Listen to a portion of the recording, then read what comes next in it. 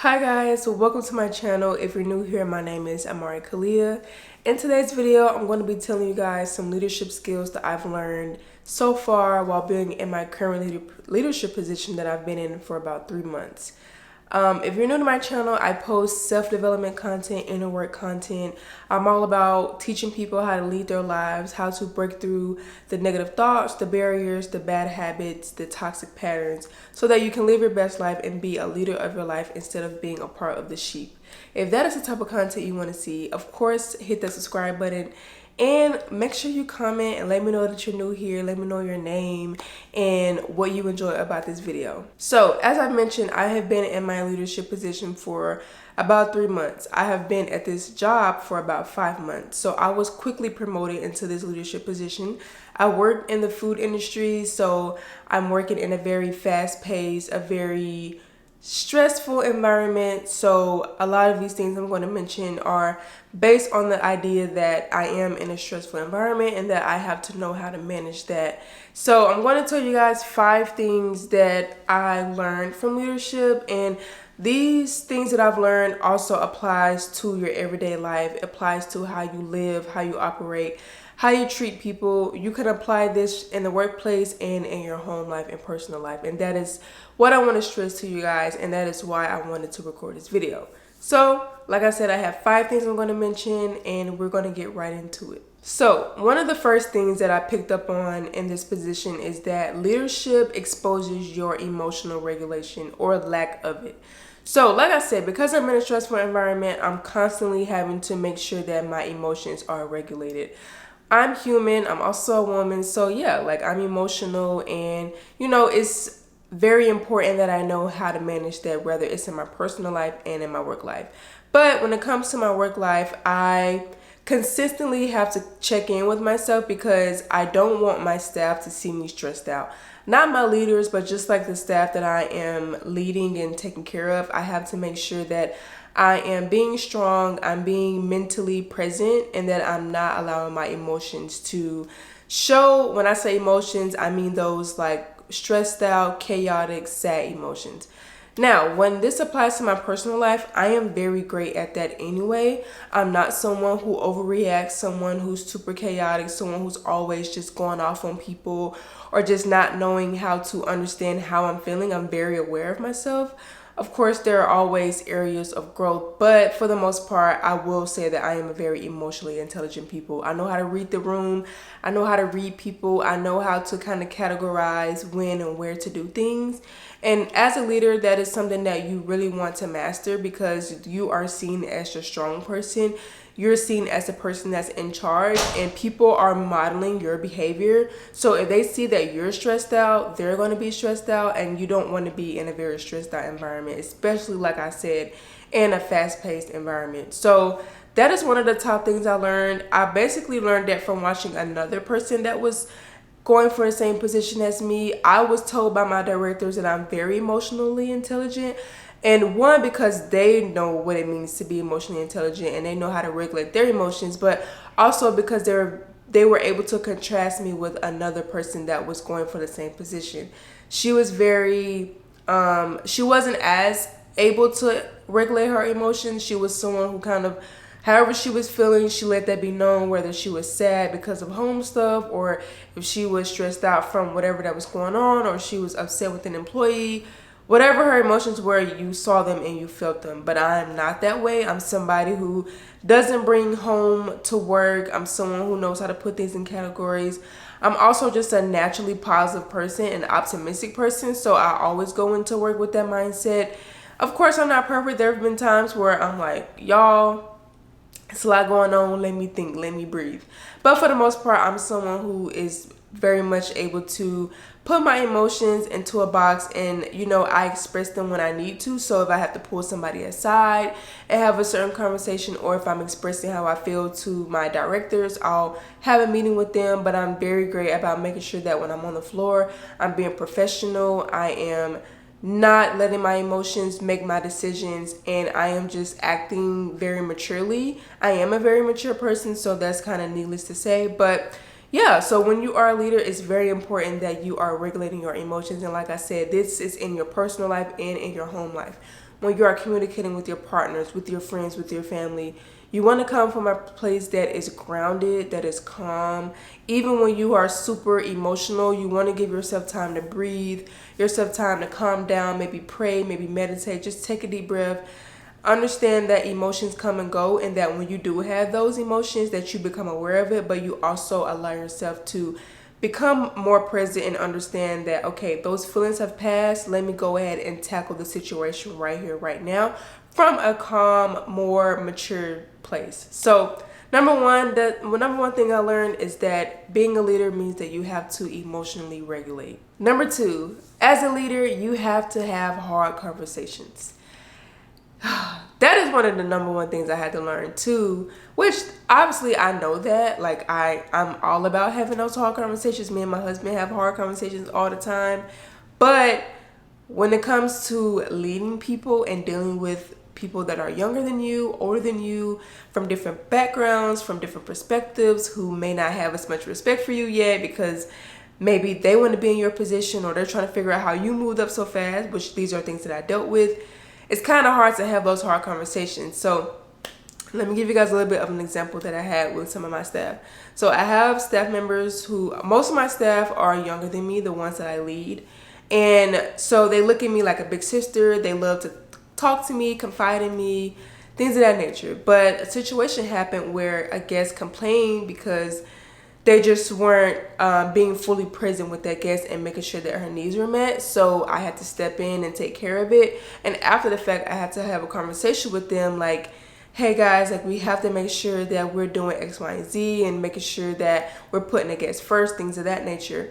I also had to make sure that I go to the director because one of the other leaders had just sent a message about this, like situation like that happening based on guest feedback. And so because she had just sent that message and then seeing that the team still wasn't like processing and following what she had said in the text message, I'm like, okay, well, let me go to the directors and say that maybe they need to have, you know, some one-on-one conversations. So they had those one-on-one conversations, and then the staff members were mad at me. They felt betrayed. They didn't like that I went and like basically went above them and went to the directors like, hey, like I think we need to have more intimate, more one-on-one conversations with everyone, not specific people. I literally said everybody, to make sure that we're all on the same page and everyone kind of knows where they are lacking at and what they can do better in. And the staff were upset. You know, they were like, you know, we looked at you as a big sister. We can't believe you felt that way. And I had to be like, listen, I love you guys and I'm here to serve and I'm here to really to be here for y'all, but at the same time I have a job to do. I am in leadership and I see things from a higher level, and we can't have these mistakes happening when I know that they are 100% preventable. And that was just a hard conversation I had to have. I'm like, I apologize if you guys felt, you know, a certain way about me, but at the same time, this is what I'm being paid to do. This is my role. This is what I have been this is what I was given to steward, and so I have to do it. And you know, they understood and everything was all well, but you have to have those hard conversations even with people that are older than me. Oh my gosh, it's so uncomfortable having to talk to people that are older than you, but you are their leader, and you know, them not being able to accept that. And you know, I had to have some hard conversations with people like, hey, like I'm sorry you feel a certain way, but like the disrespect has to go, or I need you to do what I'm asking. I need you to do better at this. That's uncomfortable for me to say, but that's the position that I'm in and it's what I wanted to take on. So it is what it is. So being a leader means having very hard conversations, and that's even in your personal life and with your relationships. With my husband, I'm someone that's a leader, but obviously he's the head of household, so I give him that respect. But since I am someone who isn't just a pushover, and I'm someone who is very like mentally strong, and I'm just naturally a leader, I have to make sure that, you know, I'm okay with having those hard conversations with him as well. And just being in a partnership, everybody should just be able to have those hard conversations and be open and willing to do it. But even just like when it comes to like family and friends, like just being that person that's like, hey, like this needs to be said, you know, and just coming from a place of love, of respect, and just like wanting everyone to become better. So just know, if you are looking to be in a leadership position and as you become a leader of your life, just know that you're going to be uncomfortable having those hard conversations. But just think about it from a higher level and know that it's serving the greater good. Okay, number 3. Your inner work shows up in how you lead other people. The reason why I was able to promote in such a short amount of time is because I am a leader of my life. I am someone who took charge over their mental health, over their trauma, over their toxic patterns a long time ago. I'm someone who is very aware. I'm someone who is a student of life. I love to learn. I love to grow. I'm all about self-development and just like finding those little tweaks and things that, can be altered or changed or just developed so that I can be the best version of myself. And so because I am already that person, I was able to step in this position and exercise that, and everyone was able to see it. I'm someone who is not egotistical. I don't always need to be right. So that's something that I think for me, that's just a part of my character in a way. I don't see myself as being better than other people, smarter than other people. I know that I'm aware of a lot of things that other people are not aware of, but that doesn't make me better or worse than they are. But I'm not someone who just is full of ego, who, feels like they're superior than other people no matter what role that I'm in. I'm someone who gives grace to other people. Because I understand life at a high level, I understand that we are products of our environment, of our conditioning, of our programming, of our family values and family norms. And so when you're dealing with humans, you have to look at them from that lens. You can't just automatically take things from face value, which means that you're giving people more grace. I'm more willing to forgive people. I don't carry things on from yesterday into the new day. When I come to work, I'm at a clean slate. Of course, I have a lot of discernment. I know how to deal with certain people. I know what makes people tick, but when it comes to just how I operate on a daily basis, I do not hold grudges. I'm very confident without having to be loud. I don't seek validation. I don't have to do too much when I'm in the room. I don't have to say that I'm the shift leader or say that I'm a leader. I just walk in and I just do what I'm asked to do. And that is just how I show up in the world. So when you work on yourself, it will show up in how you lead others. Because just imagine if I was egotistical, if I was somebody who always needed to be right, who never wanted to be corrected, who doesn't take criticism well. I'm someone who is really loud about me being a leader and always having to prove myself and always having to seek validation, or huge micromanager. I'm someone who, can't make quick decisions. I overthink. I'm always overwhelmed. I'm always stressed out. These are things that can definitely show up in your work and how you lead other people. A quick example of this is one of the other people who no longer works with us. He was also in a running of being in the same position, but he was very egotistical. He was not as self-aware as he thought he was, and he spoke and thought too highly of himself to where it just left a bad taste in everyone's mouth, including the directors. They soon realized, okay, he's not mature enough for this position. He is not taking his position as serious. He's only caring about the title. These were things that they picked on. Of course, I picked up on, but I didn't speak on it because it wasn't my place. I just was aware of it until they asked me, and then I gave my opinion. But it's important that when you are in charge of leading people, of guiding people, that you work on yourself, you do inner work, so that your toxic patterns and mindsets and belief systems and patterns don't rub off on your team or show up for your team. You want to show up as somebody who is mature, who is strong, who has a calm spirit, who leads by example, who doesn't have to overly talk about themselves. They just know how to show up and be professional and do their best at whatever it is they're doing with the people in mind. You want to have a people-centered demeanor, people-centered mindset. And when you have that mindset, it's not about you. It's not about giving yourself praise. It's about how you can serve the people that you have been called to serve. And that's what it's about in life. The same way you lead your team, it's the same way you should lead the world and lead the people that you are around, your friend group, your partner, your relationship. You just need to show up as your best self. So you have to make sure that you're doing the inner work. Leadership is self-leadership. How you lead yourself will show up in how you are in your leadership position. And that is something that I have become very passionate about as I've been in this position. I can pay attention to other leaders and where they are lacking at and understand, like, okay, this is where they could do some inner work. Do I tell them that? Do I speak on it with other people? No. These are all just mental notes. And it's also allowing me to have the mirror on myself of, okay, this is where I need to go home and do some inner work and, just kind of dive deeper into why I might have said that or did that and just grow from it. So when you are in leadership, your inner work will show up with how you deal and lead other people. When you are in leadership, this is number 4, it forces you to choose integrity over comfort. Like I said with the staff earlier, they are very comfortable with me. They love to talk with me because I'm older than them, but I'm not just like in my 30s, 40s, 50s. I also don't have a super uptight attitude to where like my title runs to things and I set up this hard wall between them to where I'm not approachable. I'm a very approachable person. But with that being said, I have to make sure that I'm saying the hard things. I'm not allowing the team to manipulate me. And I'm always doing what's right. I am someone who just my whole life have always just believed in doing what is right, what is better for society, what is better when it comes to the people that you're serving or you're leading, or just even just dealing with your relationships. I'm not someone who's a user. I'm not a manipulator. I'm not a narcissist. I believe we all have a little bit of narcissism in us, but I'm not a narcissist to where I think that I am better than other people. I put my needs over other people. That's not how I operate.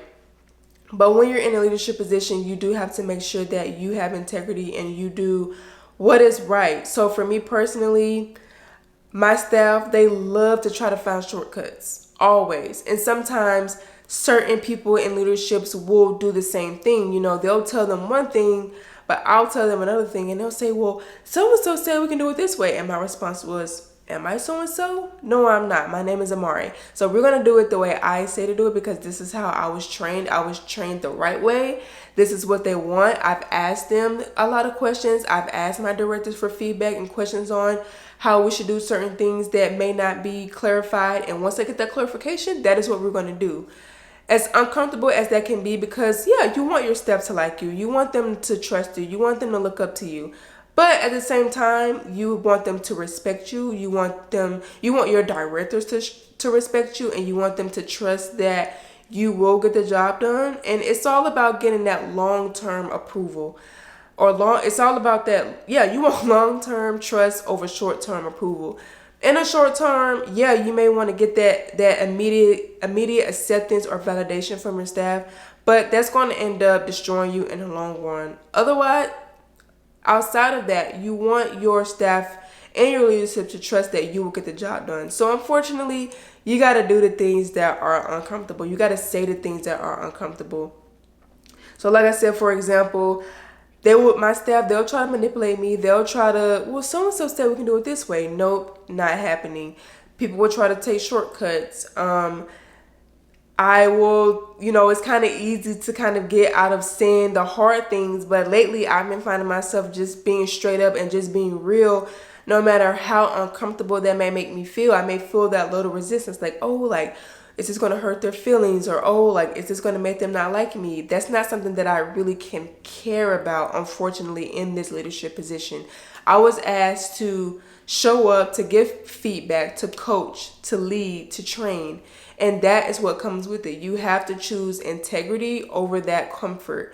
It's not comfortable to say the hard things, to do the right thing, but that is what will give you satisfaction in the long run, and that is what will help you to grow, to lead, and it'll pour into other areas of your life as well. And then lastly, it's not about the title at all. It's about your habits. So yes, leadership is the title. That is what, I'm a shift leader. So that is what my title is right now, but that is not what my job is about whatsoever. It's about how I communicate when I'm stressed out. How do I talk to people? Am I rude? Am I nasty? Do I have a bad tone? How well do I manage my time? Am I showing up on time? Am I making sure that we have systems and routines in place so that we get out at night at a certain time? Am I responsible? Can they trust me to keep up with things? Can I keep my keys? Can I keep up with the tasks that we have to do for the day? Can I keep up with those little small things that I need, like my box cutter, or, you know, those little small things that help the shift run smoother? Am I able to keep up with those things? Like I said, how do I treat people during those chaotic times? Am I rude? Am I nasty? Do I have a bad tone? Is my body language off? Am I consistent and am I disciplined? This is what matters more than your title. Your title can be there. Yeah, that can be your title, but can we trust that you're going to show up on time? Can we trust that you're going to train this person the right way? Can we trust that you guys are going to get out of here at 11 and not 12 o'clock? Are we going to be able to trust you to lead the shift and you're the only one there? There isn't any other leaders in charge. Can we trust that you know how to communicate? Or are you being so rude to your staff because you're in this position? Or can we trust that you're going to say the hard things? These are the things that really matter when you're in leadership, and that's what I quickly learned. You know, it's not about the title. It's not about, you know, how quickly you move up. It's just about how responsible you are and if you can steward what has been given to you. And that is what matters when you are a leader over your life and when you are a leader in the workplace. When you are a leader over your life, are you responsible? Are you disciplined? Are you willing to do and say the things that need to be done and said, no matter how it makes you feel in that moment?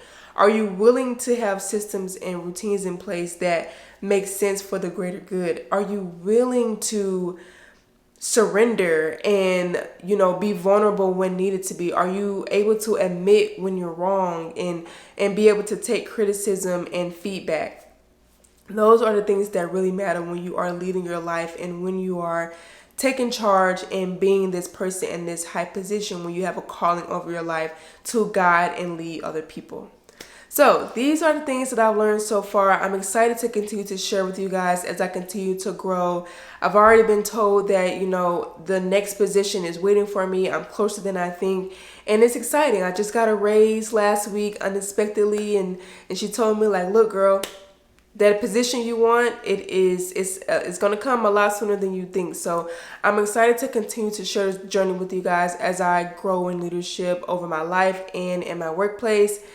I hope you guys can take something from this video. If you are in a leadership position or looking to be in leadership, I think this is a great way to start and get some tips on how you need to be operating so that you can get that promotion. I hope you guys enjoy this video. I will see you guys in the next one. Thank you so much for watching.